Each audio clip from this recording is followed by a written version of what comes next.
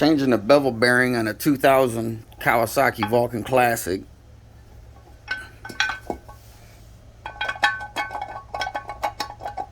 It's pretty shot, but all the videos I see of people doing this or talking about it, they tear the whole back end apart and disassemble all that, when all you have to do is take the bolts out, drop your shocks.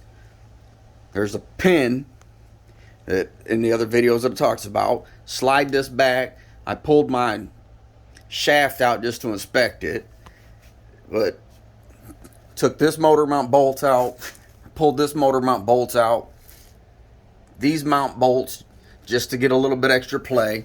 I didn't take the tank off, I didn't take the seat off, and do all of the stuff they're talking about. You don't have to do all that stuff. It's not that difficult. You know, it took me probably about maybe 3 hours to get to this point. I would say I didn't have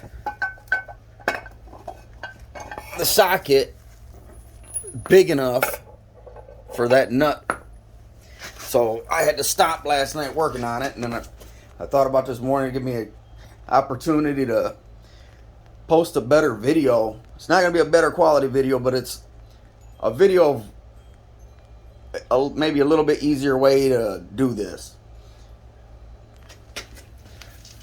So after taking them bolts out, took the motorcycle jack, stuck a block underneath it, and just jacked it up. The motor shifts a little bit.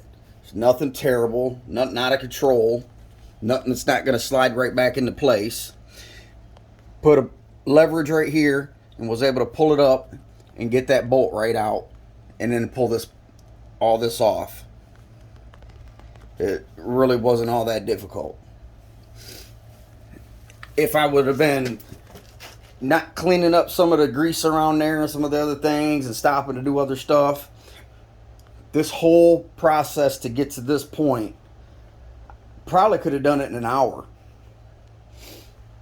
Definitely, now that I've done it once, I would say this is an hour to get to this process if you have all the proper tools and the proper environment. I don't. And I still believe that start to finish on this job, if you have some mechanical aptitude, 5 hours. It's not that terrible. I mean, it sounds like it. People say it is. No, it's not. The biggest hiccup is that bolt. Getting that up high enough to lift over this frame. If they would have done it like they did the other side, where this section would have come out, you wouldn't even have to pull the motor mounts or none of that. So, here's my video for what I got going on. I did, just because I thought maybe it was stopping the engine from coming up, I did release my exhaust. That's really, it's not that big of a job. This ain't gonna be that long of a video. A few minutes,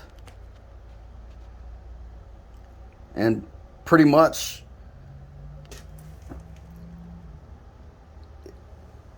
it doesn't take a lot of tools to get to this point.